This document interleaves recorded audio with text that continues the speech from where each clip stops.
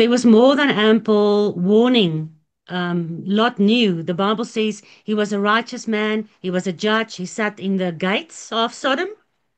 And it pained his soul, all the unrighteousness in Sodom.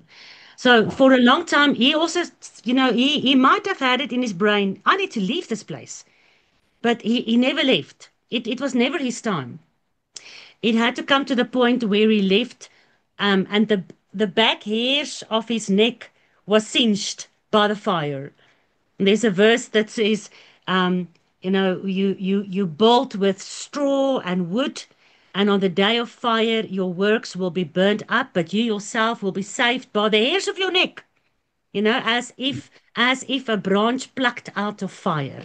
So I do believe the Bible has more than enough answers for every part of the end day remnant. Those who are out and might come back, those who are in might go out, those who will be stuck until the end. Some will die by the sword, some will be executed, some will be imprisoned, and some will survive until Yeshua comes on the clouds. Some will have opportunity to witness before the councils of the world. So there's definitely end day destinations for each and every part. That's why the body of Messiah consists of different parts. And every part has a function. And not one part can say, but I want the function of that part. I want to be like that one. I want to do it that one. Every part of the body has its function. I mean, you read these end day prophecies, and you've got the fundamentals of the Torah as Yeshua brought it to our understanding. You got that in um, your perspective of the Bible, and you read these end day prophecies. It does make a lot of sense. And people read end day prophecies, and all they see is, oh, I don't want to go through this, and I don't want this to happen to me, and why will God allow this and that and that? But they don't have the fundamentals to understand why. And therefore, they will object, they will reject, they will become depressed, they'll become angry. And the Bible says, in the last days, the love of many will wax cold because they do not have a love of the truth. When you read the truth in the whole Bible, we're going to read so much today, and you understand the truth, and Father, by His grace, gives us wisdom to understand these things, then when you do get to those circumstances, you understand why. And then, although it's going to be difficult, the Bible doesn't say for nothing, endure, endure, endure. But you will not be like the world where the Bible says, when the plagues fall, the people blaspheme God. Just before the Antichrist is revealed, there'll be a great apostasy, a great falling away, because these things that will happen is going to be bad. And those who are not founded, who's not built on this rock, whose foundation and fundamentals is not rooted in the truth of all these prophecies, they will not understand. And therefore they will object, reject, become depressed, and fall away. And in the worst circumstances, when you do understand these things and you do submit to the will of God as He prophesied it, I think those will be what the Bible talks about. They will overcome by the blood of the Lamb and the word of their testimony, because the testimony is rooted in the testimony of Scripture. But when people have their own testimony, in church, we always said, who's got a testimony? What did Jesus do for you today? What did God do for you this week? People think that's testimony. That's just telling people what happens in your life. That's not testimony. The Bible talks about the word of your testimony. Those who obey the Torah and has the testimony of Yeshua, which is only found in the prophetic scriptures. So when that is the foundation, although it's going to be difficult, you will understand God's plan, and you can be, I'm hoping myself, we can be a more effective part of that instead of being a block or a stumbling block in the plan of this whole culmination of the end days. And that includes, losing all kinds of privileges. You guys are only starting to feel that.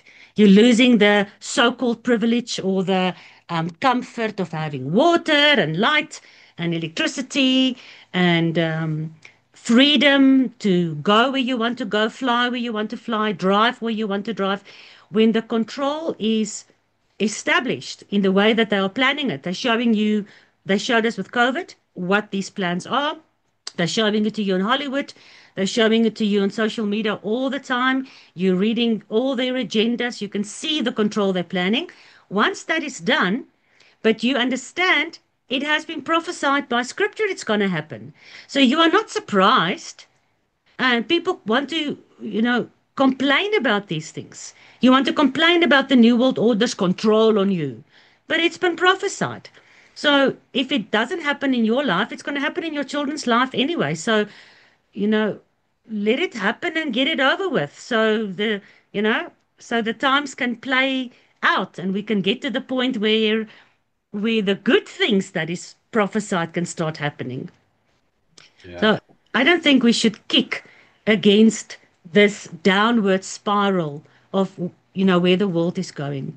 But it is difficult, it's uncomfortable just not to have water. It's a huge problem and it's a huge disadvantage.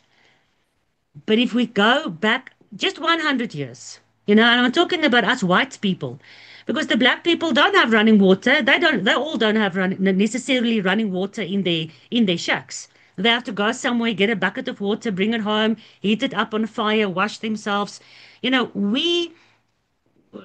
I say we white people, we Western people, all over America, Europe, South Africa, we've got running water in our houses. It's not like we're going to die if we don't have running water. We can also take a bucket and go to the river and cook the water, you know. And if you go back just 100 years, our forefathers did not have running water in their homes. They used to make plans to get water from a windmill, or they also, you know, went to fetch water. You know, going back to those kinds of basics, we can still survive quite a long time. Losing Western, comfortable, modern privileges that we are used to is not the end of the world. It's just uncomfortable. That's all. So, I think that the discomfort is one thing. We can still negotiate past those obstacles. But the thing is, when they come with what happened in 2020 and they start restricting the movement of people, and that is what they actually want to do, and then control what they supply to you, that is the big problem. And no fear mongering here. We are people of the Most High. But for those of you who know, what happened in 2020 was perfectly planned and played out, even in real scenario, what do you call it? Like, I'm at a loss for a word now. Uh, it played out in real life, in real time. yes, they did like an exercise and how it would be, and it Race was only a rehearsal. couple of months later. And then I just had something come across my streams this week, um, where they say they have already done similar exercises, and I wouldn't add dates to it, but possibly planned for the This very year. near future. Mm. Uh, and they already attached, like they attached to that other one, the 19 Number. year date. This one they added 25. I'll Mm. just leave it there. So yeah, heaven knows. But our Father can postpone these things and disturb their plans. We know He can do that. But it's No, just sort of, he can, but the question is, first of all, if he doesn't, what is our reaction? Number one.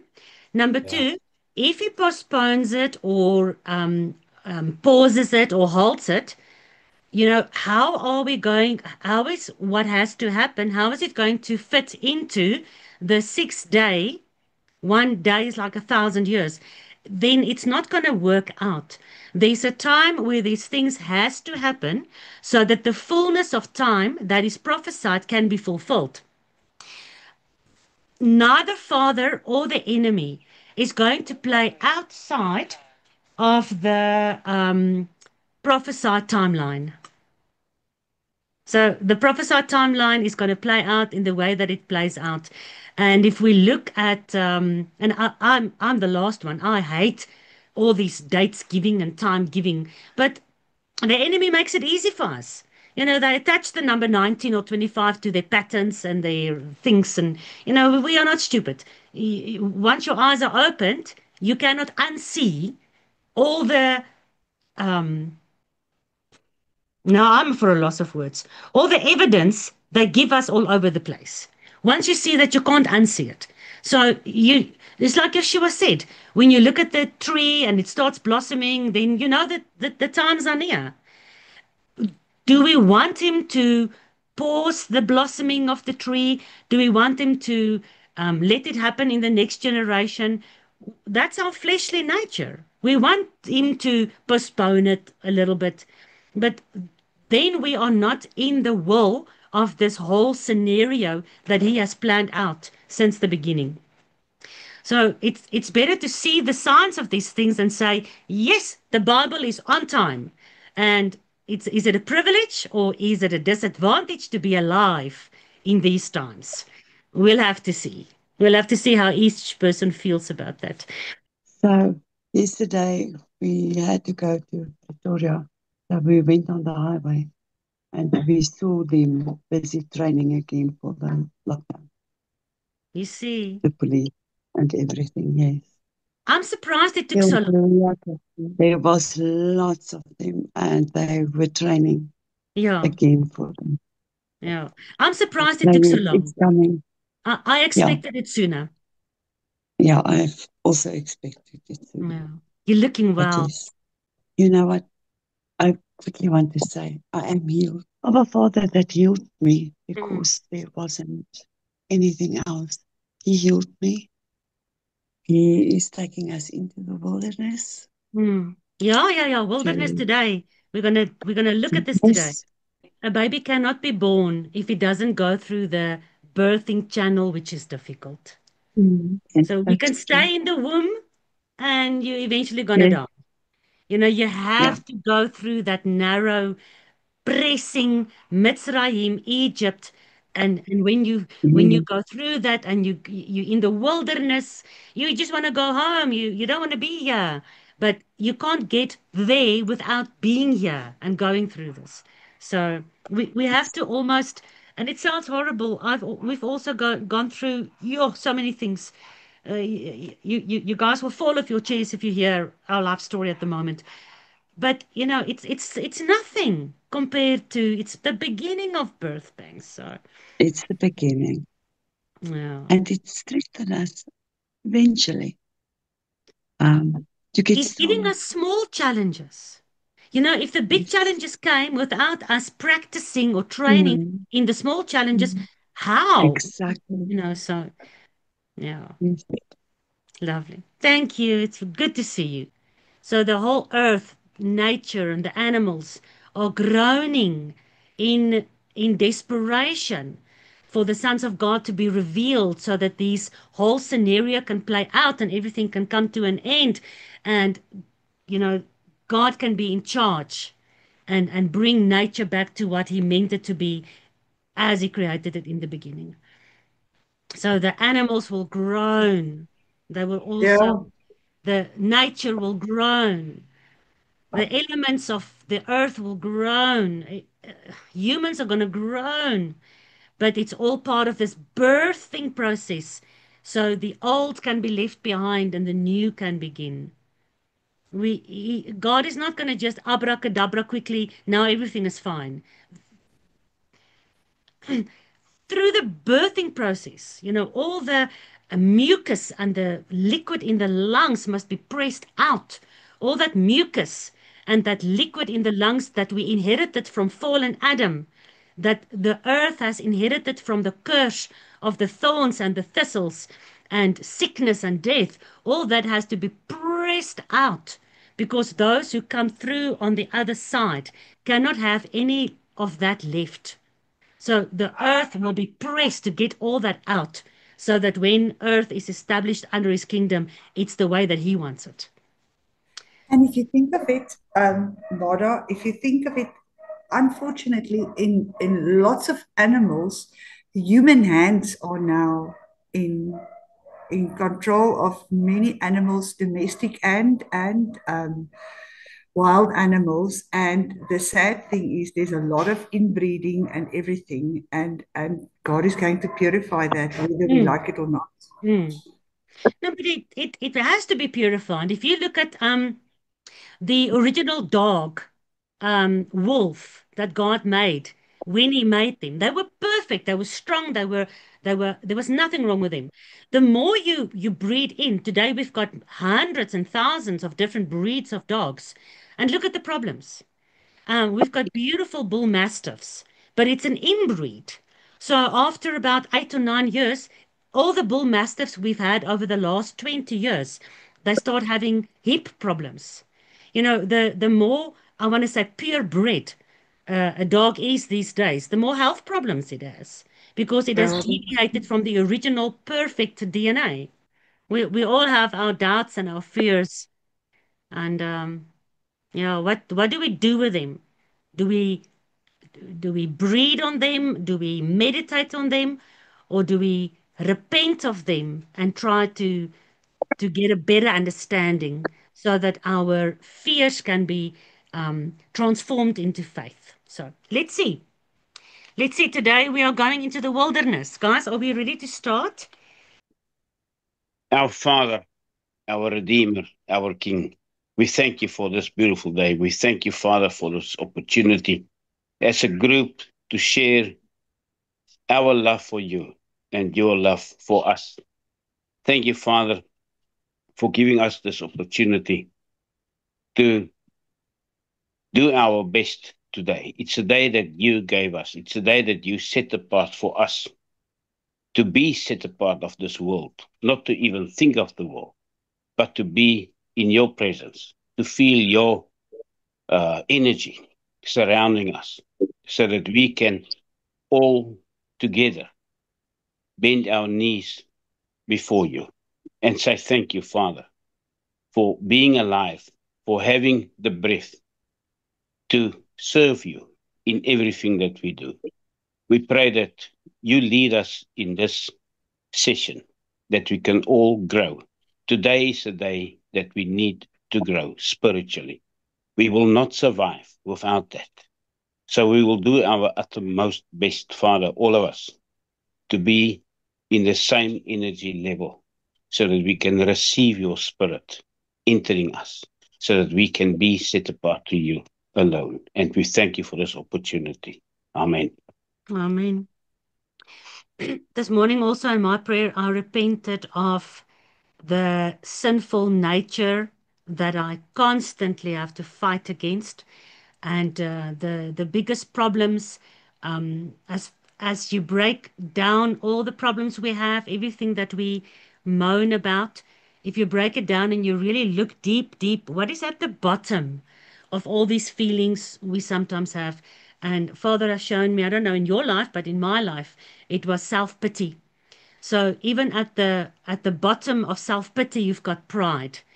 And as I was, repenting, this happened, and oh, I feel so sorry for myself. And I know that I have to go through repenting self-pity as a sin. That's what Father taught me. It's a big sin.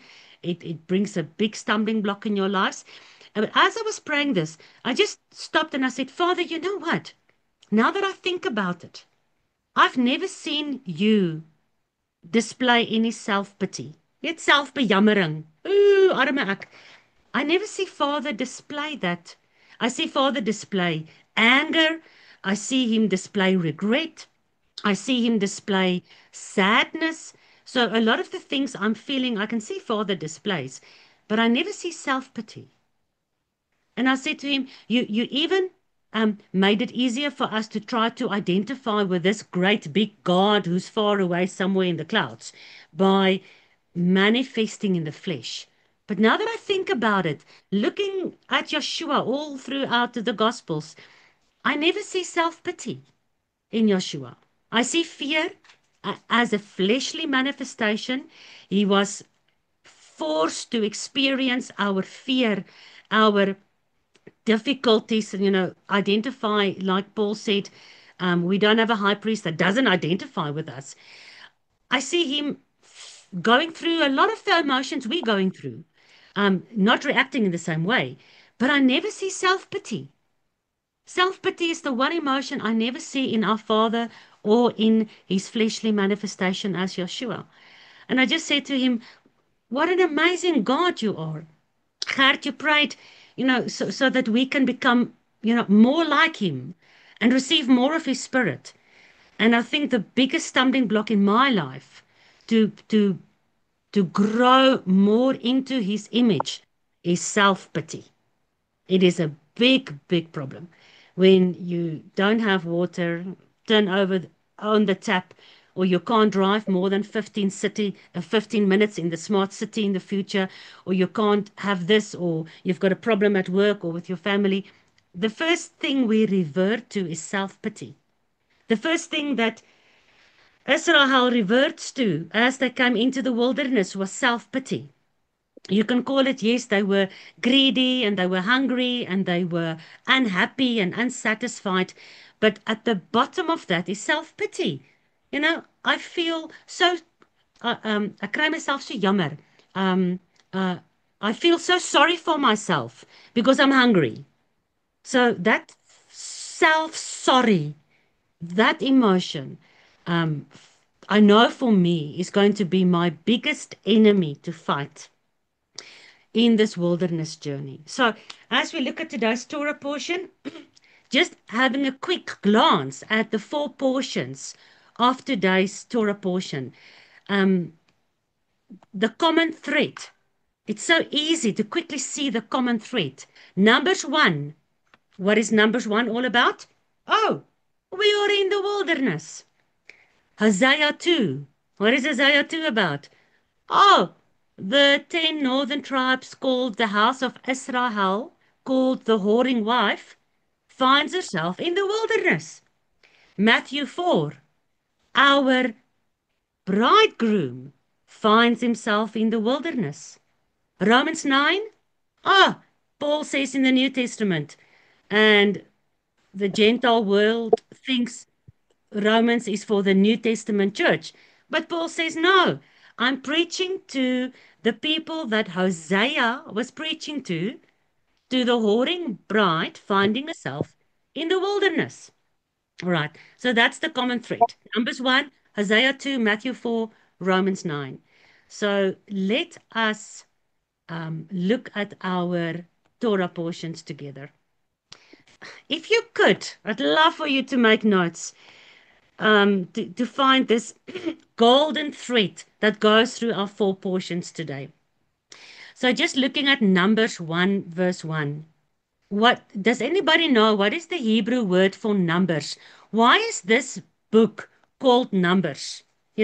Genesis is called Bereshit in Hebrew because it means in the beginning. Exodus is called Shemot because these are the names, the Shem, the Shema, the names of the people that's part of this Exodus. Leviticus, every book has a reason for the name. So what is the reason for the book of Numbers? Sorry, you said the reason for Numbers. Yeah, why is this book called Numbers? What is the meaning of, if you know, the Hebrew word for numbers? And numbers in English just means 1, 2, 3, 4, 5, 6, 7. What is the significance of numbers and the definition of this word in Hebrew? Because there's a massive link. It's bemidbar in Hebrew, which is actually meaning wilderness. Okay. And what is so lovely is if you take those names of each book from Genesis to Devarim, it is in the beginning the names were called out in the wilderness to the word. Mhm. Isn't it beautiful? Bereshit, in the beginning, Exodus, the names, Shemot, Leviticus, the called out ones, the calling, Numbers, into the wilderness, Deuteronomy, Debarim, the words of God. So this is what Hosea 2 is about, where the word of God calls by name from the beginning the people into the wilderness. Because those people, like Gert prayed, are the set apart ones. The rest of the world continues as the rest of the world continues. Yolanda, I never even did that. That's amazing. Just in the first 5 books, we have the entire gospel again. So you said the word Numbers of the book of Numbers means the wilderness. In Hebrew, it's Bamidbar. So wilderness is Midbar, and in the wilderness is Bamidbar. So we are finding ourselves in the wilderness. The Hebrew word is Strong's H4057, and look at this. Midbar means in the sense of driving. Now, think about the shepherd.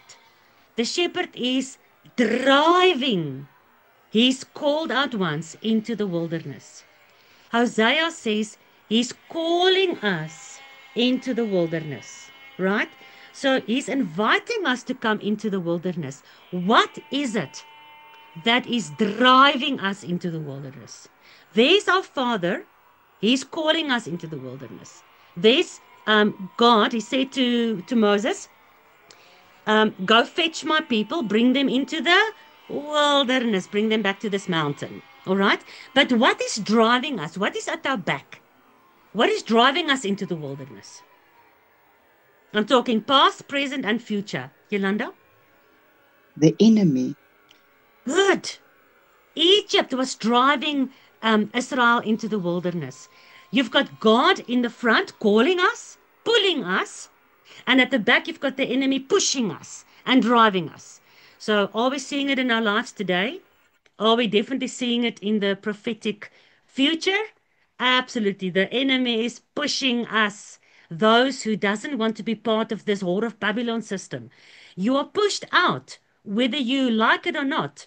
Automatically when you come onto this road of Bamidbar, you are pushed out by your church. We've all been pushed out by our churches. You're pushed out by some of your family members. You're pushed out by a lot of your friends. You're pushed out by society. And in the last days, we'll be pushed out because we will not be able, like Lot. Like I said, his soul was pained with everything that was happening around him. How long can you stay in that condition? You are pushed out from it. You are set apart. You become separated. Yolanda? Sorry, I'm just thinking, aren't you pushed to make a choice? That's where it's leading to. So you have to choose Abba or choose the world. There's nothing in between. That's exactly the thing. Does the baby, the real children of God, do they really have a choice? When the birth pangs start and you are pushed through the birth canal, can you make a U-turn? If you don't want to be born, then don't go into the birth canal. Then make your choice and stay in this in this old world order. Stay in the curse. Stay in the kingdom of darkness. You do have a choice. Even when Adam and Eve was created perfectly, God gave them a choice. He doesn't want robots. So you do have a choice. So you're being pushed. And as you're being pushed, the Bible says, like we discussed this morning, a lot of people will make the choice to rather submit to the enemy. So the pushing can just stop. And they can continue buying and selling, and they can continue surviving. They will submit and give away more and more of their freedom in exchange for survival. We, on the other hand, we will lose our freedom because we will not submit the moment the legal system, like Peter said, we don't have a choice. We have to be more obedient to God than to humans. So when the government system have legal precepts, that we cannot adhere to, like we saw in 2020, then we have the choice when that pushing and that shoving and that tribulation, that's Mitzrayim. It means tribulation, it means pressing, it means narrow. So when that comes, you've got a choice. You're either going to be pushed by this world or you're going to submit to this world. And then your pushing is going to be relieved a little bit. But, Satan doesn't work like that. Once he's got you, he's going to do with you anyway what he wants. The Bible says, once the whore of Babylon has done what she had to do, the merchants of the world and all her lovers that she slept with, he's going to burn her. So once he's done with you, he's going to push you anyway. So the people think when they submit to this world order, they'll be fine. The government will look after them. They will bring the water. They will bring the water tanks. But hey, together with that carrot that the government puts in front of the donkey, there's a whip at the back to push the donkey. So it doesn't matter. Even if you choose to survive in this world, you're gonna perish anyway. The Antichrist is not fighting against those who submit to him. The Bible says the dragon fights only against those who do not submit to him, those who keep the Torah and have the testimony of Yeshua. But the ones that's in his camp, you think you're going to be comfortable. You're going to wake up one morning and realize you own nothing and you are actually not happy. You are controlled. You want to go out and buy a piece of meat, but the microchip planted into your brain and into your hand, and your smart meters in your phone and your smartphone, and the electrical smart meter and the water smart meter and the whole smart city system is self-monitoring artificial reporting technology, and it's telling the government that you've already had your portion of meat this week. And it will not, even if you scan your little bank chip, you cannot buy more meat. You are enslaved. Anyway, we learn how to come out of the enslavement. Those who want to return out of the wilderness because they can't handle it, they go back to Egypt. You go back to slavery. You think you've got onions and leeks and garlic and fishes? Ha! Good luck. The whip is still on your back. And you are still under that enslavement system. So, Bamidbar, in the wilderness, out of slavery, in Yahuwah's called out gathering, maybe persecuted by Egypt. Yes, they're coming from the back. Along the way, persecuted by the Amalekites and the Hittites and Og of Bashan, persecuted and going through difficulties because of a lack of water, a lack of food.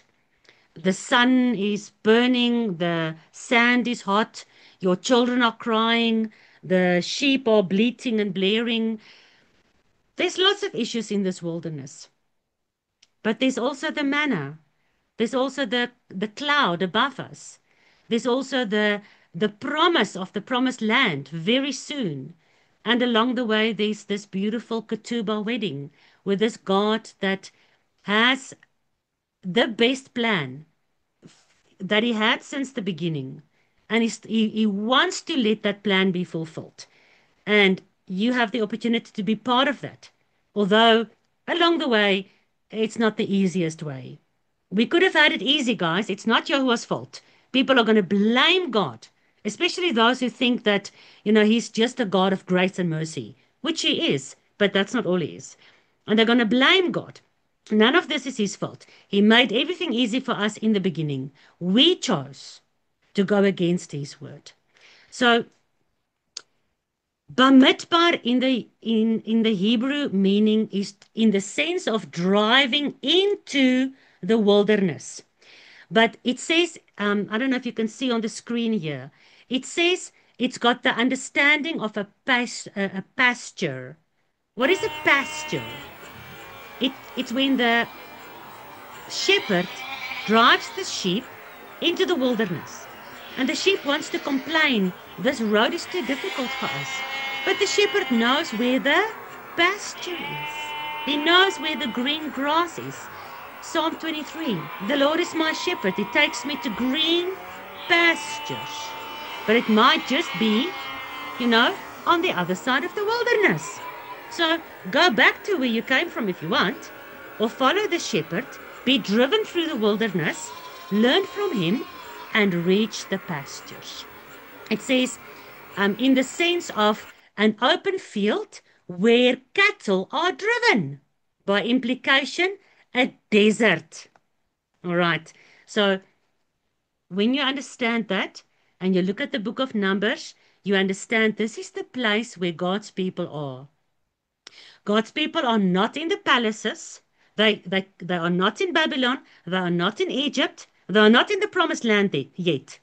God's people are in the wilderness. This whole book, this whole Bible that is falling apart at the moment, is about God's people who's in the wilderness. Now you've got a choice. You can either accept being in the wilderness, learn what it's trying to teach you, so that you can go through this journey and end up where he wants you to be. And also, that's going to be the best place to be. So, what is he teaching us in the wilderness journey? Our Torah portion is Numbers 1 to Numbers 4. We're not going to read through all that, we just never have the time. But what is it about? So, it's about the census. Besides Numbers in the Hebrew meaning wilderness, it's about who is in the wilderness, who came out from Egypt. These 600,000 men, so many from that tribe, so many from that tribe, and you go back through the whole wilderness journey and into the promised land and into Revelation, and you see there's always numbers for every tribe. Even in Revelation, you've got 12,000 of every tribe, giving you the 144. So God likes numbers. He likes dates. He likes times. He's speaking to us through all these things. And we see this consistent golden thread all throughout Scripture. So these people that he's calling out by their numbers, by their tribes, we don't know which tribes we are. We are pagans, we are Egyptians. We have totally forgotten about the fact that at one stage we were all part of God's people. We were all under his covenant, but he said he will drive us into exile, into slavery because of our disobedience, and we will become part of the Gentile nations. But now he's calling us back. Whether you are one of the 12 tribes, or whether you are one of the Egyptians, or one of the mixed multitude, leaving Egypt with the 12 tribes, he now counts you in amongst the tribes. And here are the numbers, and here are the names, and you are now in the wilderness. What are we learning? We are learning, for instance, in Numbers chapter 2, the arrangement of the camp. Where's Ephraim? They are at the western side of the tabernacle. Where's Judah? They're at the eastern side of the tabernacle. And just in that, you understand the whole parable of the prodigal son. The prodigal son is at the western side, into the western world, into the pagan pigsty. Judah, the older brother, has always remained on the eastern side. Think about this geologically, think about it physically, think about it spiritually. They've also gone whoring, the Bible says, but they've also kept, for instance, the seventh day Shabbat. They always stayed in that ancient, because east means ancient. West means Yam, the sea, the ocean. Out of the ocean, the horde of Babylon sits on the ocean. The beast comes out of the ocean. Joshua said to his disciples, cast your net into the waters, because it represents the nations, tribes, and tongues, and pull out from the waters, out from Egypt, the 153. That's who we see in Hosea. Those who are called not my people, you didn't know about me, you forgot about me, but now you hear my calling you into the wilderness. You obey. You allow yourself to be driving into the wilderness. Now you sit at my feet and you listen and you let me teach you. And now you are called sons of the living God. The 153 fish that John took the effort to count. So we learn about the arrangement of the camp. West, north, east, south. We learn about the whole tabernacle, the altar, the incense, the showbread, the menorah. There's a million and one things to learn while we are here in the wilderness. And it's the best place to learn. You cannot learn while you are working as a slave in Egypt, but you cannot learn when you are comfortable in the promised land. The wilderness journey, like Paul says, the Torah is our tutor to teach us how to get to the end goal. So let us allow the tutor, the teacher, to teach us this Torah wilderness journey. So in Numbers 2, we read about the arrangement of the camp. In Numbers 3, we learn about the priests. And these things are not just old Jewish laws. We've seen over the last couple of months the absolute relevance of this teachings about the camp, the tabernacle, the priests, the sacrificial system, how it is spiritually and emotionally and prophetically of relevance to us even in our modern days. All these aspects of blood and the leper and the effort of the priest and the smell of the incense. Oh, these things are massively biblical for the end day saint. We learn about the tribe of Levi. We learn about the firstborn that is redeemed and how the Levites have taken over the priestly service. We read about the service of the Kohathites and of Eliezer and of the Gershonites and the Merarites. Ugh. And once this Torah portion is over, Numbers 5 talks about now the camp gets defiled. Oh, you just started learning these truths, and now the camp gets defiled. But anyway, today we are not getting to the defilement of the camp. That's for next week.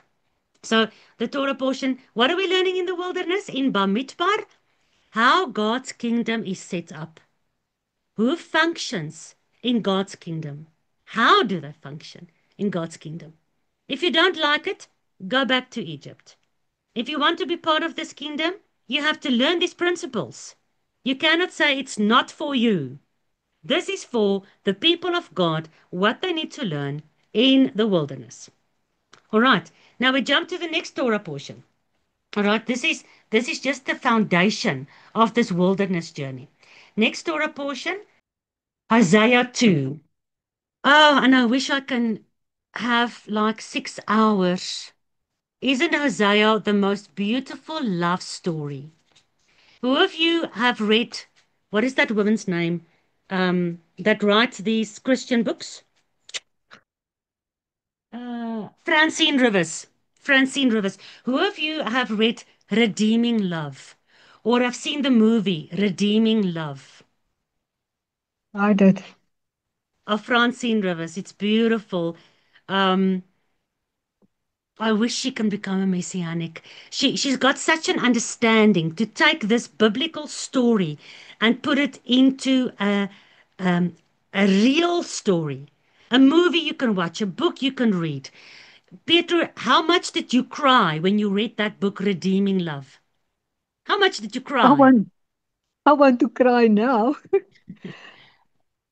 No, I'm absolutely with you. She's got such an understanding of these things, and still she doesn't go right through the gate. Yeah, yeah.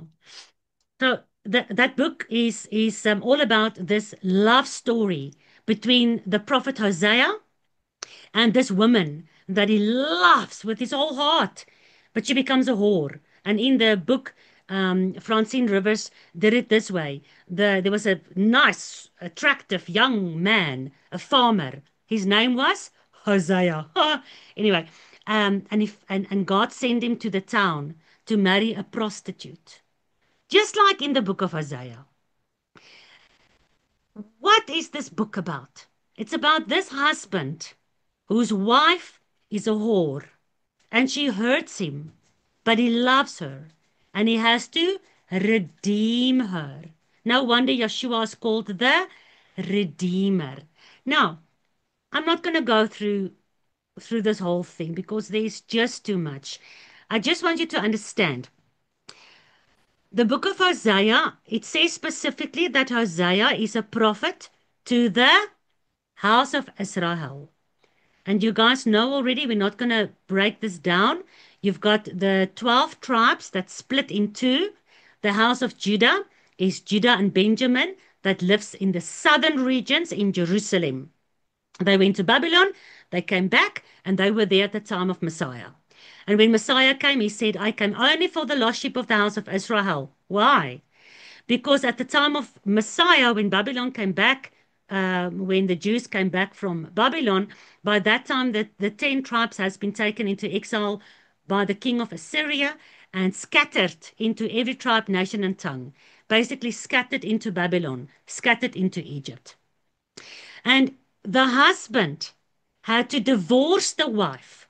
God says in Jeremiah, I write the house of Israel a bill of divorce. Because the house of Israel, the 10 tribes under Jeroboam, split from the house of Judah, lived in Samaria. And remember, the Jews called the Samaritans dogs because they became Gentiles. They split into, they lived in the northern regions, and they said, we have nothing more to do with the house of David. We are not going to come to Jerusalem for the 3 feasts every year. We are going to build our own temple, which they did. They built not 1, but 2 golden calves. They even made, Jeroboam even announced a feast day to Yahuwah. By the way, just like Aaron, tomorrow is a feast day to Yahuwah, but they're dancing naked around the golden calf. The 10 tribes danced naked around their 2 golden calves, calling it the gods who brought us out of Egypt, calling it, this is our feast day to Yahuwah. But he actually, in that specific instance, you had the Feast of Tabernacles on the 15th of Tishri, and Jeroboam said, no, we're going to make our Feast of Tabernacles the next month. So you do what's right in your own eyes. You make your own holidays. You keep your pagan holidays. You keep your pagan symbols. You say we've got nothing to do with Jerusalem or the ancient Eastern ways of the God who brings us into the wilderness to teach us, this is how my camp is set up. These are my feast days. These are my numbers. These are my name from the beginning. In the beginning, he called the names. In the beginning, Genesis, he called Leviticus the names Shemot into the wilderness Bamidbar to his word Dabar. Genesis, Exodus, Leviticus, Numbers, Deuteronomy. Thank you for that, Yolanda. So outside of that group of people, outside of this obedient, called out ones, when you go out of that, you do different things. This group must do godly things in godly ways. The rest of the people who thinks they're doing godly things in ungodly ways are not doing godly things. God says, do not worship me with the ungodly things of the pagans. And I don't really care how you feel about it or how I feel about it. I care how God feels about it. And he says it is an abomination to him, and he rejects it, that you serve him in the ways that he says he doesn't want to be served. So here goes the 10 northern tribes. They serve God. They call it Yahuwah, but they serve him in ungodly ways. And God says, I divorce you.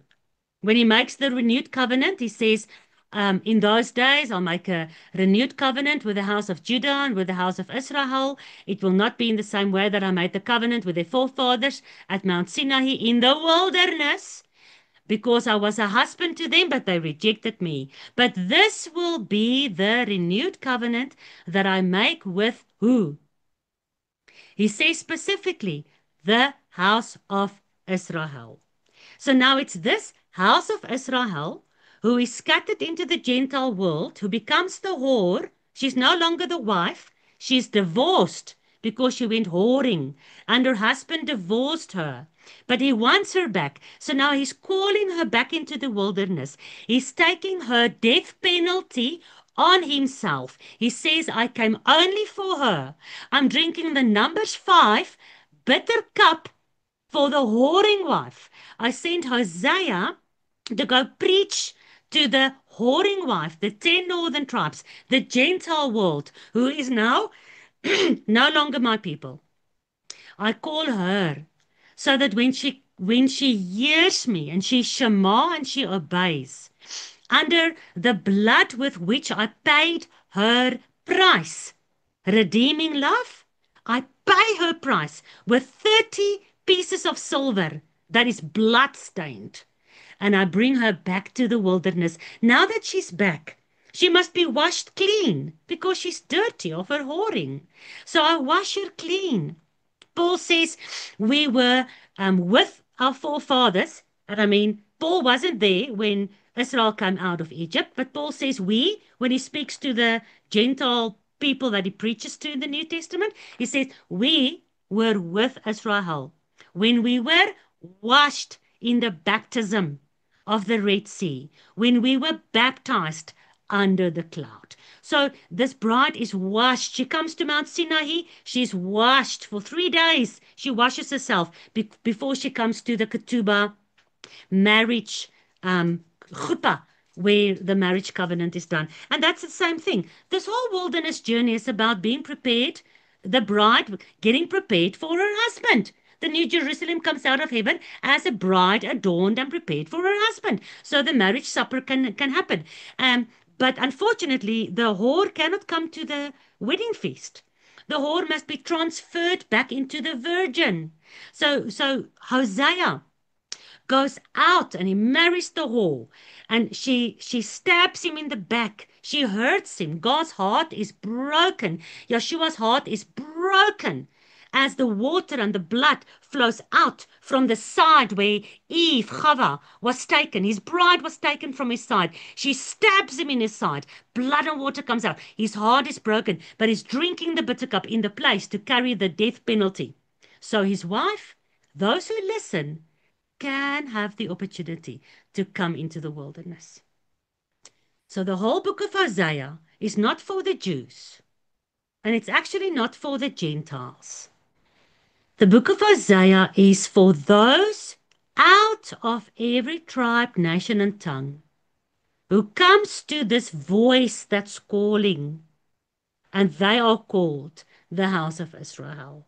Whether you are Jew or Gentile or Greek or slave or free man or woman or man or female or male, Paul says it doesn't matter. In Yeshua we are one new man, because the 10 tribes are called back and grafted back into the olive tree. And the blind 2 tribes that has been broken off is grafted back into the olive tree. And Romans 9 and 10 and 11 is part of our Torah portion. And those who are called not my people, lo ami, in Hosea and in Romans 9, they will be called sons of the living God. 153 in the Gematria. Those are the fishes that the fishermen caught. Because God says, I'll scatter you, but I'll send many fishermen to go and gather you again. So all these things is a golden thread throughout law, prophets, and gospels, culminating in Revelation. So God is speaking to Israel. Israel, the house of Israel, is not the house of Judah. We even discussed in the previous section, remember, the previous session, how we can see the women in Revelation that birthed Messiah, and we can see the remnant of her seed. Those who are separated from her, not one with her, but separated. She goes there, and these ones are here, and they are fighting the battle. These are the ones that Yahuwah says in Jeremiah 31. House of Judah and house of Israel together, I make this renewed covenant, but then the rest of the verse says, this is how I'll make this renewed covenant with the house of Israel. I'll take my law, the law they rejected. When I was a husband, I had to divorce them. That same law, I'll take it and I'll write it on their hearts. Because the prostitute of Hosea, she wants to go prostituting. She loves it. She loves her pagan prostitution ways. She loves her traditions. She loves her religion. She loves to be not peculiar. She doesn't want to be different. She wants to be like the world. She loves it. Unless she has a change of heart, unless she has a mind shift, she's going to continue loving those ways. God calls it the whoring ways. You've gone a whoring. You've gone astray from me because you love it. He says in Ezekiel, I did all of this for you, and you took those beautiful things I gave to you, and you went spending it on your whoring because you loved it. So if he doesn't write his law, this ketubah principles, this marriage vows, if he doesn't write it in your heart, on your heart, and you don't have a change from the inside outwards, like Yolanda said a couple of months ago, the tabernacle was built from the inside outwards. We learn in Bamidbar in the wilderness how the tabernacle is set up from the inside outwards. So the law is now written on the inside of the heart. And when you feel this pushing, driving you into the wilderness from your inside, that's the kind of people that can go into the wilderness, learn from God, and allow Him to change us slowly but surely. Takes 40 years, I know. But those are the ones that can go into His house and become part of His family. He says in Isaiah 56, even the strangest of the strangers out there in the world, in the Gentile world, if you want to do what's pleasing to me and you obey my Sabbath days, I'll purify you, I'll circumcise you, I'll bring you into my house. This is the journey for this group of people that comes into the wilderness. For this group of people that God sends Hosea to go and call. Come back, my prostitute bride. Come back, my whoring wife. I miss you. I love you. Here's the money.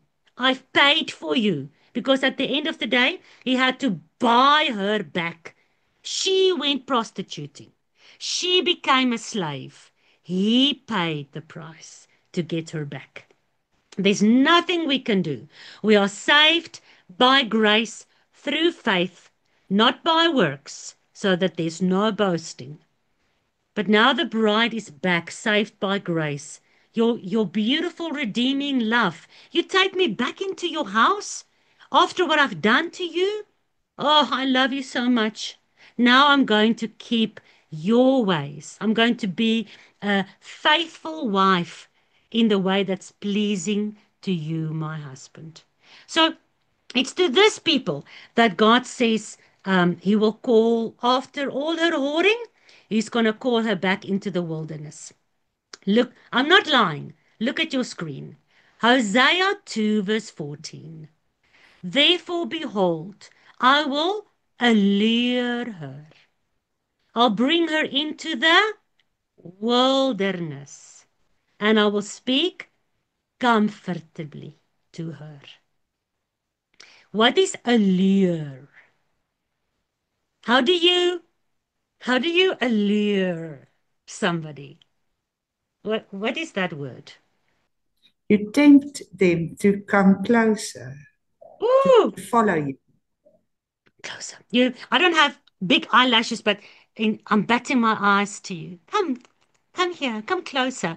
So God is calling us with kisses. There's another verse where he says he whistles. I've done this before. Let me try and do it again. He's whistling. He's whistling for us in the wilderness. He's batting his eyes. He's tempting us. Come, listen, I'm in love with you. Don't you think I'm attractive? Don't you like me? Don't you want to fall in love with me too? He's alluring her. How's he doing that? Huh? How's the Almighty, holy, fearsome God? How is he alluring? By being gentle, by being loving. By being gentle, by being loving. Yolanda? I think he gave us a longing for him. some people feels that longing and they're satisfied with worldly stuff like drugs or alcohol or love. But his breath, I think when he gave it to us, he put in something so that we'll be longing for him. I think, yeah, like you said, when he created us, there's a part in us that can only be filled by him. You know, what do they say?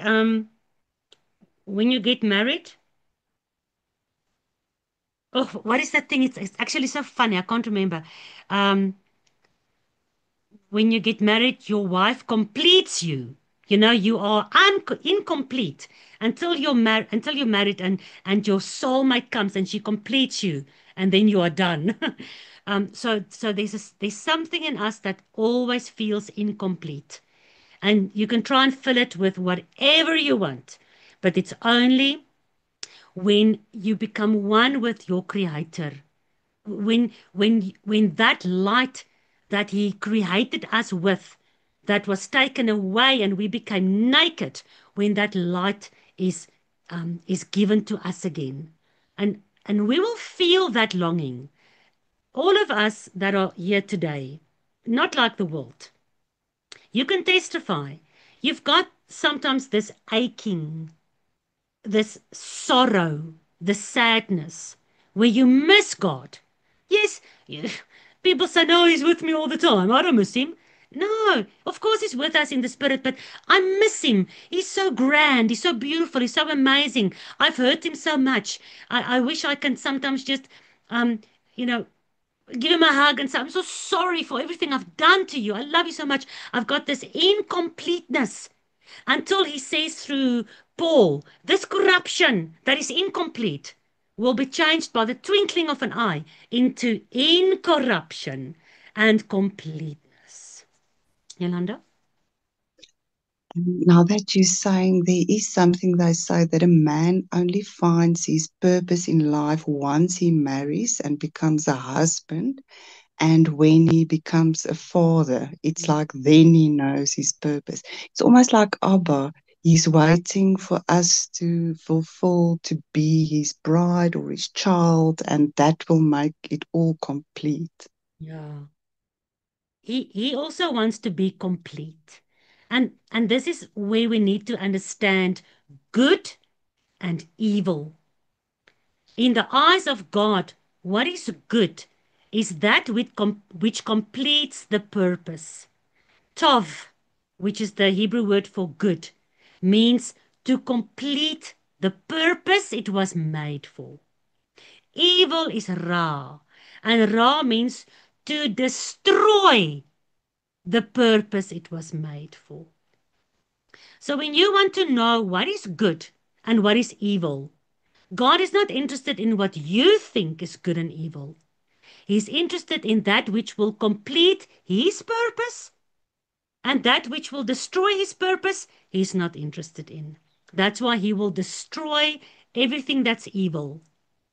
And when he comes to destroy evil, he's not coming to destroy Satan and the beast and the whore and Hitler and Mussolini and Ted Bundy and all the rapists and all the pedophiles.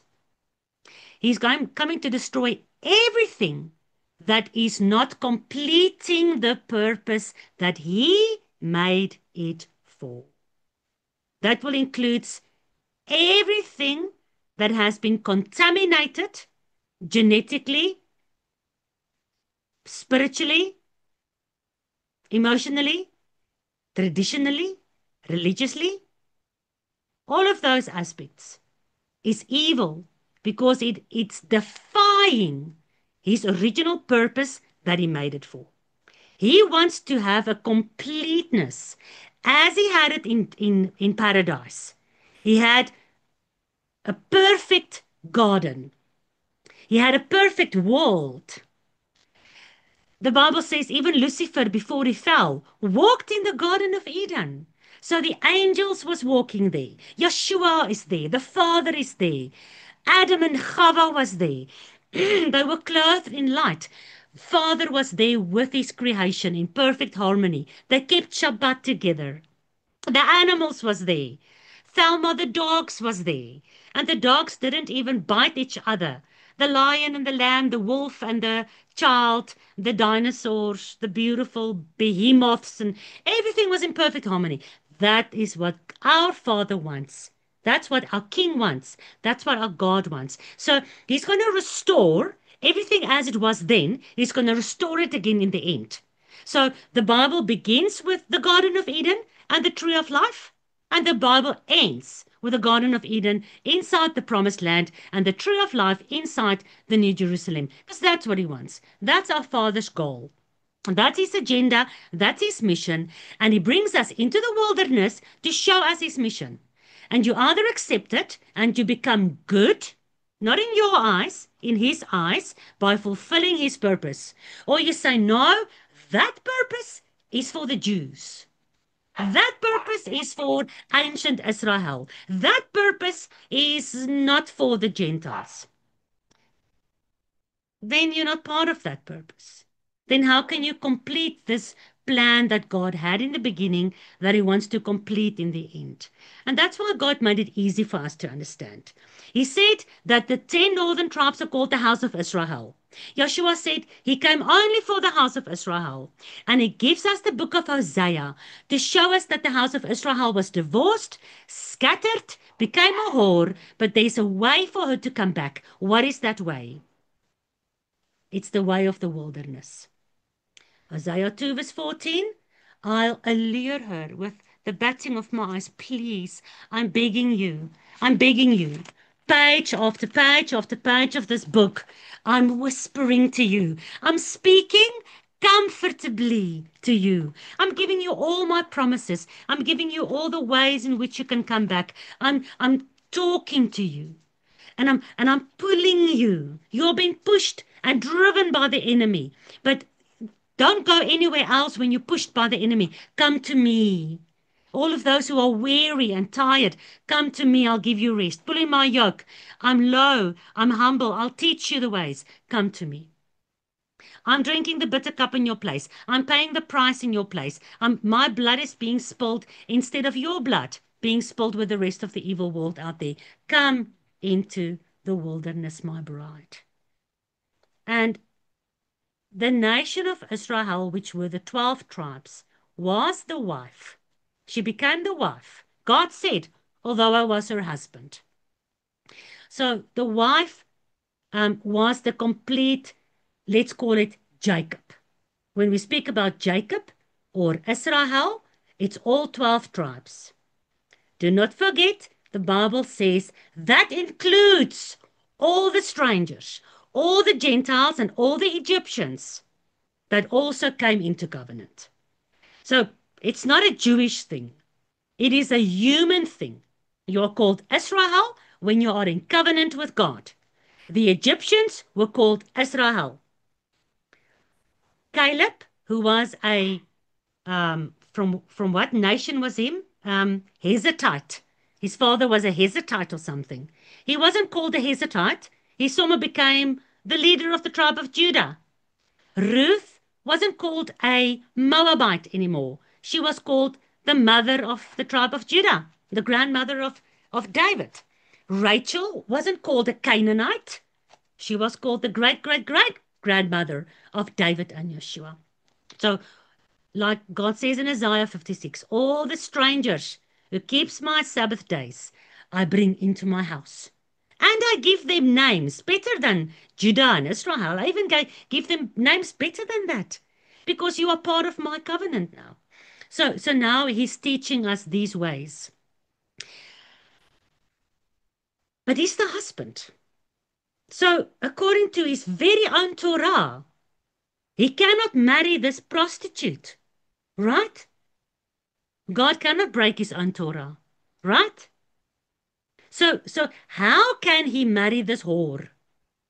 Even after He redeemed her, yes, He bought her back, yes, He washed her, He cleaned her, He repented, but legally, guys, legally, Susanna, legally, how can He marry this wife again? You can only marry after death, after your husband died, then you are allowed to marry again. So he had to die for us so that we can marry him again. He couldn't just wave around a magic stick. There's legal consequences. And that's the reason he had to pay with his own life. A life for a life.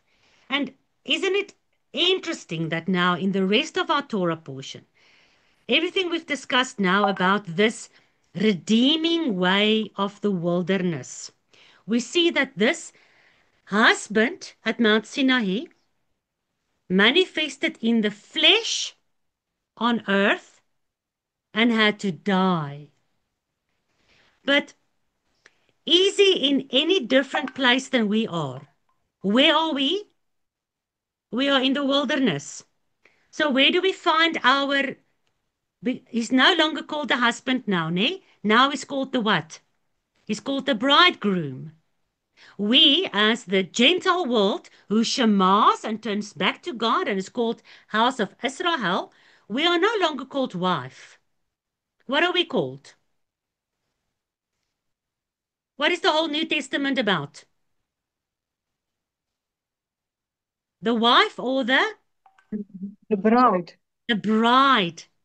Can a wife be a bride? No. Once a woman is married, she's no longer a bride, she's a wife. But if he divorced the wife, he died in her place, he washed her clean, he made her a virgin again. Is she now, can she be called a wife? No, because she's not married, she's not in covenant yet. She's betrothed. And when you are betrothed, you are the bride. And the one you are betrothed to, is that your husband or is it your bridegroom? So the entire New Testament, Yeshua calls himself the bridegroom. And the whole New Testament calls the people of God the bride. Because now the whore that's washed clean is called the bride. She finds herself in the wilderness. She's going through the wilderness journey so she can end up going into the marriage house and live with her husband. When you get married, a man will leave his father and mother, a woman will leave her father and mother, and she will live in the house of her husband. So, isn't it surprising that in Matthew 4, our Torah portion again for today, verse 1 to 17, where do we find our bridegroom? In the wilderness. He had to go out. In the wilderness. We don't even have to read further than Matthew 4, verse 1. Then Yeshua was led by the Spirit into the wilderness, into Bamidbar, the same place that we find ourselves in. Yolanda? I just like to see how the whole thing goes of Yahusha. That's first he received the Spirit, and then only the Ruach took him through the wilderness, the testing, and he uses the word every time he's being tested. So it's such a nice picture for us to hold on to. Mm. So there's something that you're telling us now. Because the New Testament church says they live by the Spirit. The Spirit will tell them and convince them which of the laws of the Old Testament Torah is applicable to them or not. The Spirit will lead them in what is good and what is evil. They don't really investigate the Torah to see what God says. This is good for me, this is evil. The New Testament church says they live only by what the Spirit leads them. When you talk about obedience to the Torah, they will say the Spirit leads them into their obedient lifestyle. They are not going to go back under the law, which is the Torah, which is the law written, the letter of the law. They are now living in the spirit of the law. All right. So we look at all that, and then we see, after everything we discussed this far, how the spirit, remember, Yahweh's batting his eyes at us. He's luring us with what? With what he said in his word, with his gentleness, his kindness, all those fruits of the spirit. His ruach, with which he calls us, with which he whistles to us, with which he speaks comfortable words with us. That is the word on the breath. And with his spirit, like he brings Yeshua into the wilderness, with his spirit, he brings the wife, the bride, into the tent. Remember when Abraham sent his servant to go and call a bride for his son Isaac. What was that servant of Abraham, the father? What was that servant called? What was his name? Who can remember? What was his name? Eliezer. I'm trying to think what it means again. I just want to see. Eliezer. Al-Ezer. Al means Father, father, God, God. Ezer means helper. helper. Eliezer, the helper of God. Oh, surprise, surprise. Yeshua said, I will send you the helper. Helper. So Abraham sends Eliezer into the wilderness to go fetch Rebekah, who gives water to the house of Israel, the 10 camels. And she comes back with Eliezer to go into the tent with Isaac. Isaac was almost sacrificed on the mountain where Yeshua was sacrificed. What a beautiful picture of the bridegroom is Isaac. How old was Isaac when he got married to Rebekah? 40 years. How long were we in the wilderness before we're going to get married to Yeshua? 40 years. How long was Yeshua in the wilderness? 40 days. On and on and on. Anyway, so Yeshua was led by the Spirit into the wilderness to be tried by the devil. Well, the Bible says, will Yeshua or the Father allow us to go through anything that is above our strength? No. So if the Spirit leads the bride of Yeshua into the wilderness to be tried and tested also, is that too much to ask? No. Can people say at the end of the day, if God doesn't rapture me and spare me the trying and the testing in the wilderness, then I don't want to believe in him anymore. God will not allow me to go through the tribulation. He will not lead me into the wilderness. He will not allow all this to come upon me. That's the feeling of the world out there. But the bride who wants to be reunited and restored with her husband, she says, I'm hearing he's not only calling me into the wilderness, but he is in the wilderness. So I want to go into the wilderness to go meet with him. So the Spirit then leads you into the wilderness. And what does he teach you when you are in the wilderness? He teaches you Torah. How can I say that? The book of Numbers. He brings us into the wilderness. He teaches us about the camp, the tabernacle, the priesthood, the sacrifices, and everything else. And there are so many hidden mysteries in the yots and tittles in the book of Numbers. Please, if you guys haven't done those few studies I've done on the jots and tittles, go look at the book of Numbers. It's filled with mystery jots and tittles. So, so the bride wants to go into the wilderness, and what does he teach her there? He teaches her Torah. I'm not lying. Look at Matthew 4, verse 2. Yeshua goes into the wilderness. He's tried by the devil, and he fasted 40 days and 40 nights, just like Moses. It's the same picture of Moses bringing us into the wilderness, Yeshua bringing us into the wilderness. What's the thing that he teaches us? He teaches us Torah. Matthew 4 verse 4.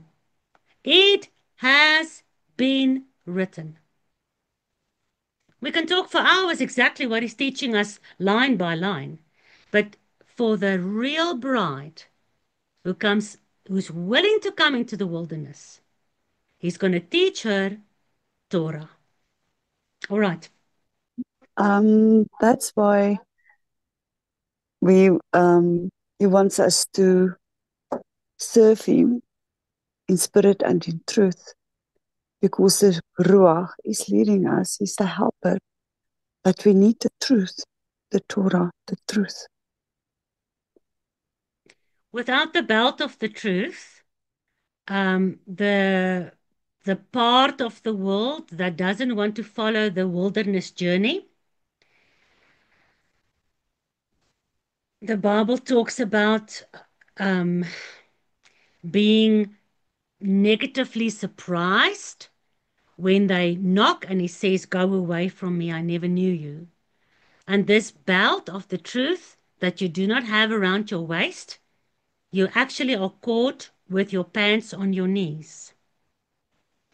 You need the belt of the truth, and not what you think truth is. You need the truth of what the Bible, what God says truth is. God says, every man is a liar, only I am the truth. He says, every word I speak is the truth. Yeshua says, sanctify them by your truth. Your word is the truth. Okay, Yolanda? I just thought about when the Israel came out of Mitzrayim, they were fed like with milk because they were still young and learning all these commandments and mishpatim and all the things that Abba learned them through Moses.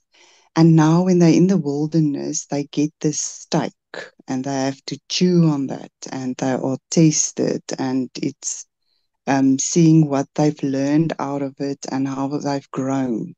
It's a process. Yeah. Just like a baby grows. You start with milk and then you start eating solid foods and then you start getting real food. It is a growth process.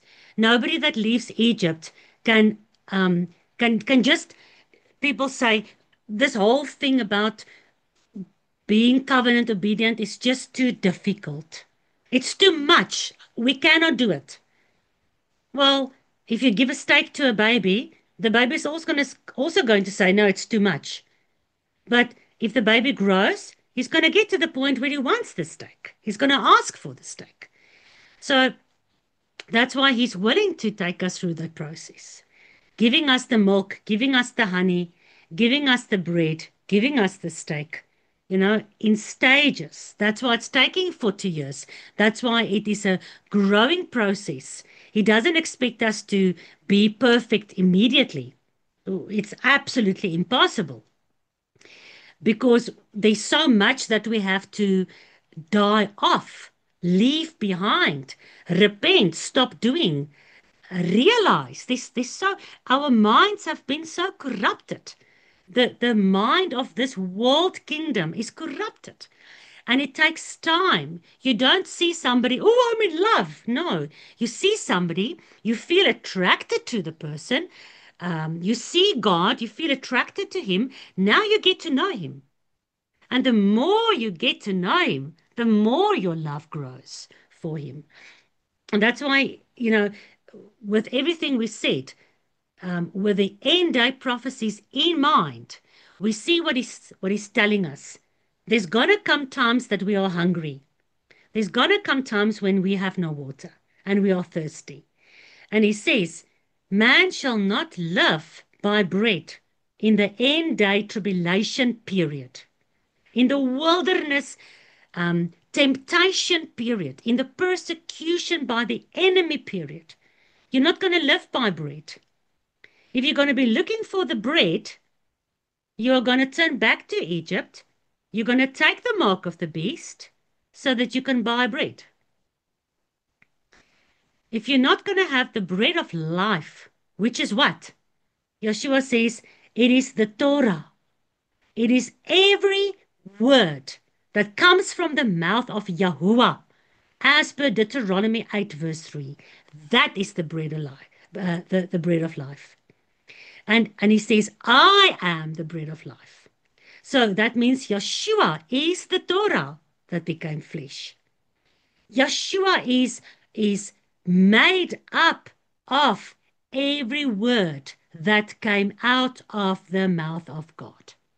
God says, not one word that left my mouth will fall to the ground. Not one word that left my mouth will return to me void. No, my word will bring my wife back. My word, Yeshua, will be the bridegroom. He'll bring the bride back and we'll be a family again. Yeshua says, not a jot or a tittle of every word from my Father will ever be nullified.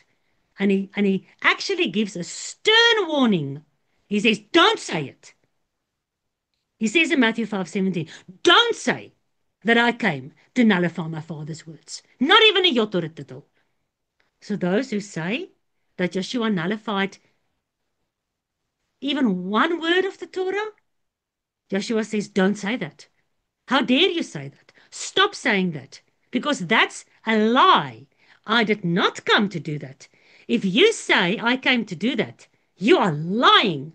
John says, first book of John, if you say you know God, but you don't keep his Torah, you're a liar. How do we know God? You have to come out of Egypt. You have to come into the wilderness where he's luring you. You have to listen to all the comfortable words he's speaking. The Torah is comfortable. It's not a set of do's and don'ts. When the Torah is not written on your heart, then it is a set of don't do this, and don't do that, and do this and do that. Then you hate it. A woman who's married to a bully, who's got a lot of rules, and he's always bullying, he's always forcing his rules down on her. She has to do the washing like this, and she has to do the dishes like that. And if she doesn't do it, then he hits her, That woman is unhappy. So she leaves the husband. And after a couple of years, she finds a new husband. And this husband loves her. He respects her. This husband gives his life for her. He puts her first. He knows who she is. He understands her. And now, as she's doing the dishes, she actually sees that she's doing the dishes in the exact same perfect way. She did it for the first husband. But as she's doing it, she actually realizes it's not the dishes that's the problem. It's not the law that's the problem. It's how I feel about my husband. I hated that husband because he didn't love me. And his rules was just a burden for me. But now I love this husband. So when you love the husband, the rules are the same. The dishes has to be cleaned. The laundry has to be done a certain way. But now she does it with a joyful heart. She no longer does it in fear. She doesn't obey the rules because she fears her husband. She obeys the rules because she loves her husband. The love of her husband doesn't change the rules. She cannot leave the dishes dirty. Even if her husband loves her, he's not going to be happy with dirty dishes. The bully husband will hit her. The loving husband will probably not hit her. But how long is that marriage going to last? How long will the loving, graceful, oh, God is just mercy, mercy, mercy. How long will the merciful husband allow this woman to leave his house dirty, full of dishes. She can say, oh, I don't feel it's dirty. For me, it's not dirty. For me, it's clean because I am in a new marriage now. Is that how the husband feels? So man will not live by bread alone. We learn all this breadcrumbs in the wilderness, and it teaches us to become educated. And once we are educated, we can, and I think there will be a lot of miracles in the end days. We can actually survive going without physical bread for a long time. Yeshua didn't die when he fasted for 40 days and 40 nights. And look at this. People say, oh yeah, he could do it because he was God. No, look at this. He was hungry. Remember, God allowed that part of him to become flesh like you and me. And that flesh became hungry, just like you and me. That flesh went into the wilderness, just like you and me. That flesh survived in the wilderness because that flesh said, do not tempt me. I'm not going to be seduced or deceived by you. I'm going to live according to the words of my God. So Yeshua gives us an example. The Bible says if you follow him, you must walk like he walked. What did he do? He kept to the Torah. He didn't allow, because what did Satan come to him with? Did Satan come with two horns? Oh, you need to worship me now.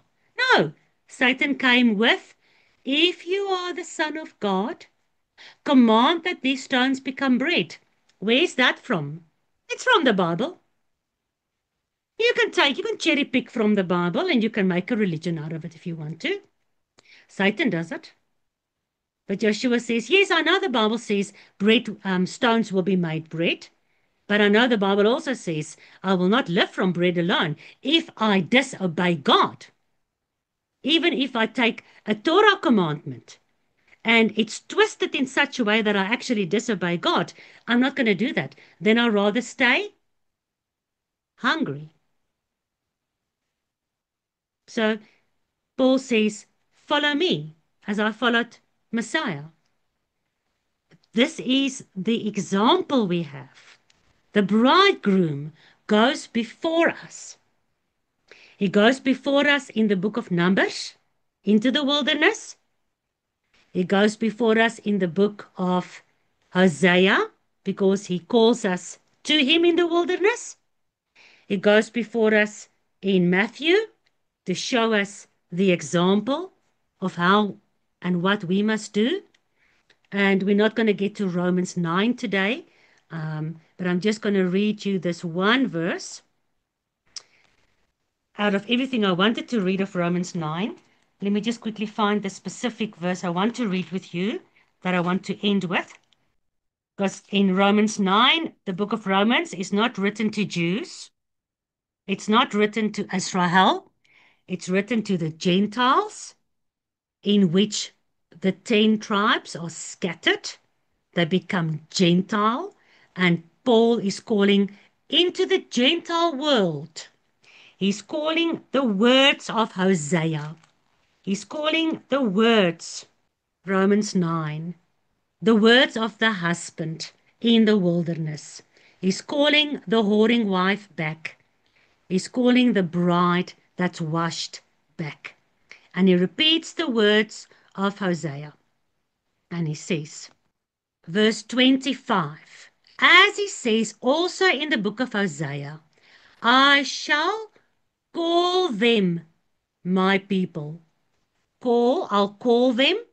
And who is he calling? Those people who were not my people. Who are the people that's not God's people? The Gentiles. So he's going to call the Gentiles, who's not his people. And when they come, he will call them, I shall call them my people. First witness, Old Testament, prophet Hosea. Second witness, New Testament Apostle Paul. Paul does not say anything against the Torah or the prophets. In fact, he confirms it. He says, I will call her who was not my beloved. Who's not his beloved? The prostitute. What will he call the prostitute when he calls her? Remember, call, ecclesia, church. Who's the real church? Those who hear Shema, the call. I will call her who was not my beloved. I will call her beloved. Coming out of Hosea 2, verse 23. In that place where it was said to them, you are no longer my people. I divorce you. I scatter you into the Gentile world. You become pagans. You worship other gods. Deuteronomy 4, verse 26 to 30. You are no longer my people. You don't know that you are Israel. I don't see you as Israel. You are a prostitute. But now I call you, come out of Babylon. If you my people, come out of that prostitution. And in that place where you've come out, and I now call you out, you are no longer called not my people. In that place they shall be called sons of the living God. Hosea 1 verse 10. And I've shown you this a million times before in the Gematria, where in the Old Testament the Hebrew letters has values to them. When you add together all the Hebrew letters of sons of the living God, you add them together and you get 153. And it's no surprise that it was exactly 153 fish that the fishermen, the disciples, pulled out. He even says in Isaiah cries out on behalf of Israel. What Israel? That Israel that hears the call and obeys, repent and come back. Though the number of the children of Israel be as the sand of the sea, in every tribe, nation, and tongue, 8 billion people, together with all the ones in the graves. Although that's the amount of Israel, who was my wife, but now I divorced the house of Israel, scattered her into all the sands of the sea, and Judah has also become unfaithful. Judah has scattered. Some of them has returned now. Most of them has not returned. 1948 is no fulfillment of prophecy. Although Israel was huge, in the end, only a remnant shall be saved. Paul says this in Romans 9, verse 27. God says this by the prophet Isaiah, chapter 10, verse 22. God says this in Genesis 22, verse 7. He says it in Hosea 1, verse 10, and a million other places. The remnant against whom the dragon fights in Revelation 12 obeys the Torah and has the prophetic testimony of who this bridegroom is that is calling her into the wilderness. Amen.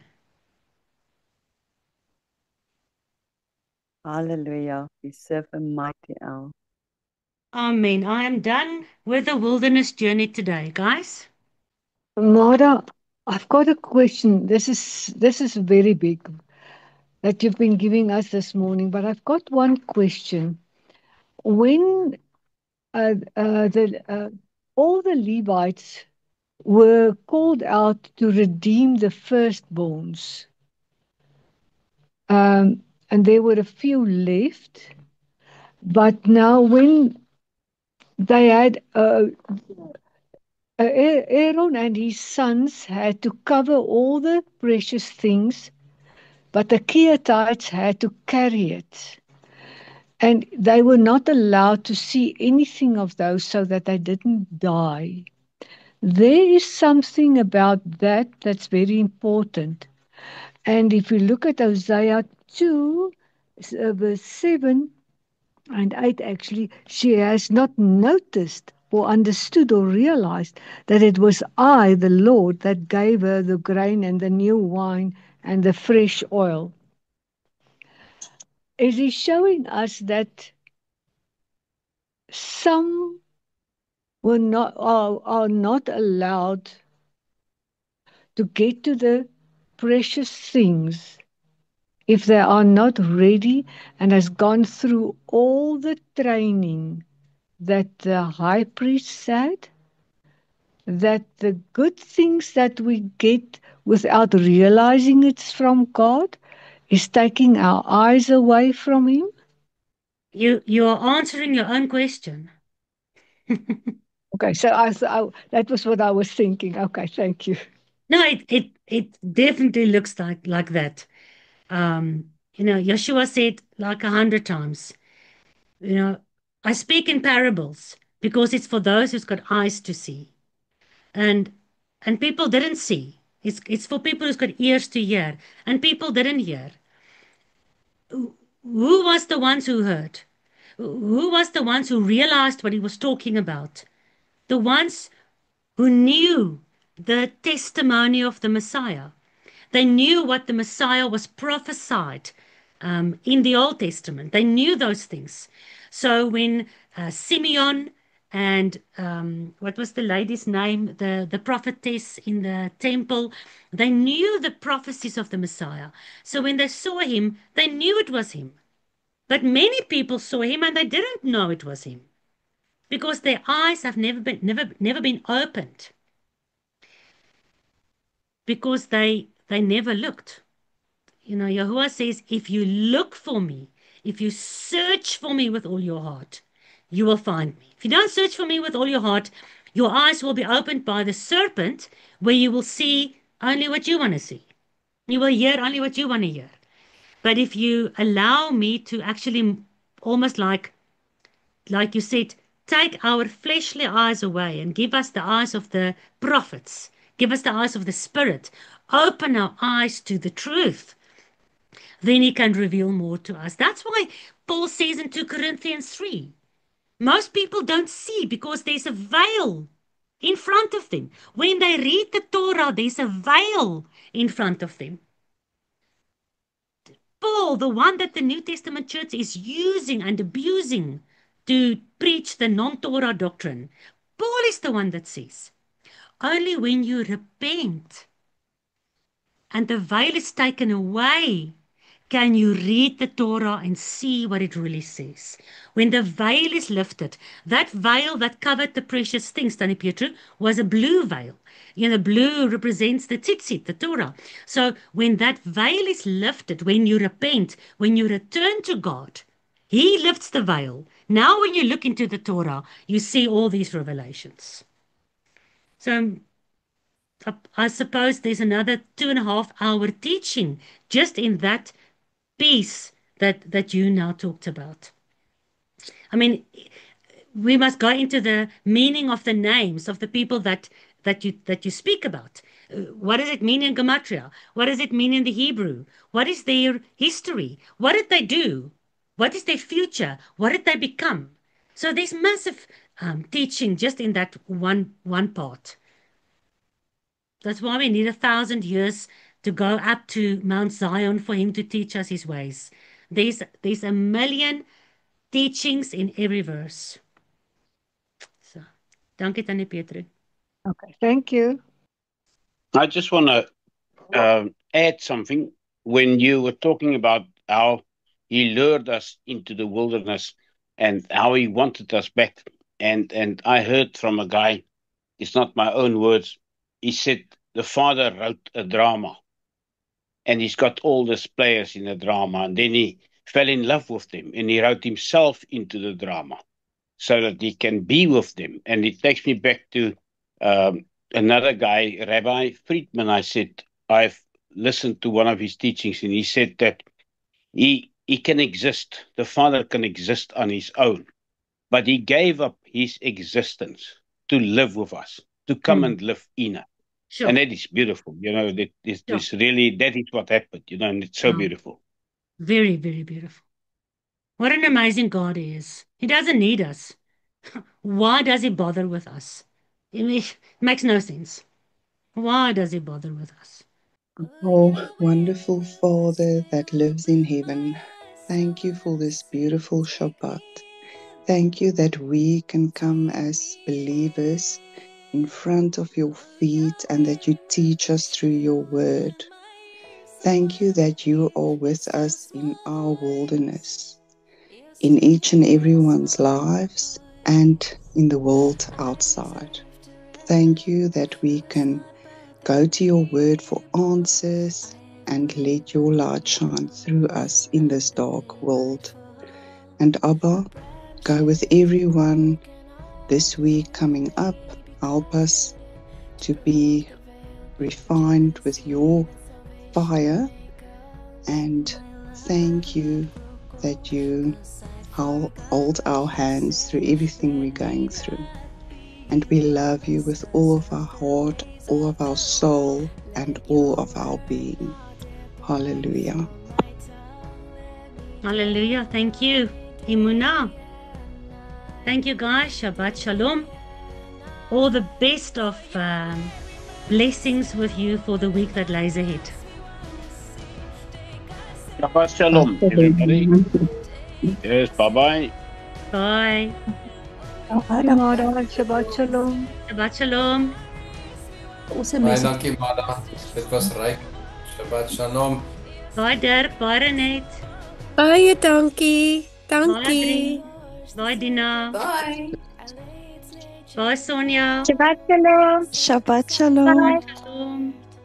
Lekker week vir julle almal. Bye, Tannie Petru. Bye-bye, mooi bly. Lekker boer. Bye. Remove this fear. Let my love not grow cold, 'cause I forgot what you said. Let me not be lawless 'cause of the ways of the world. Let your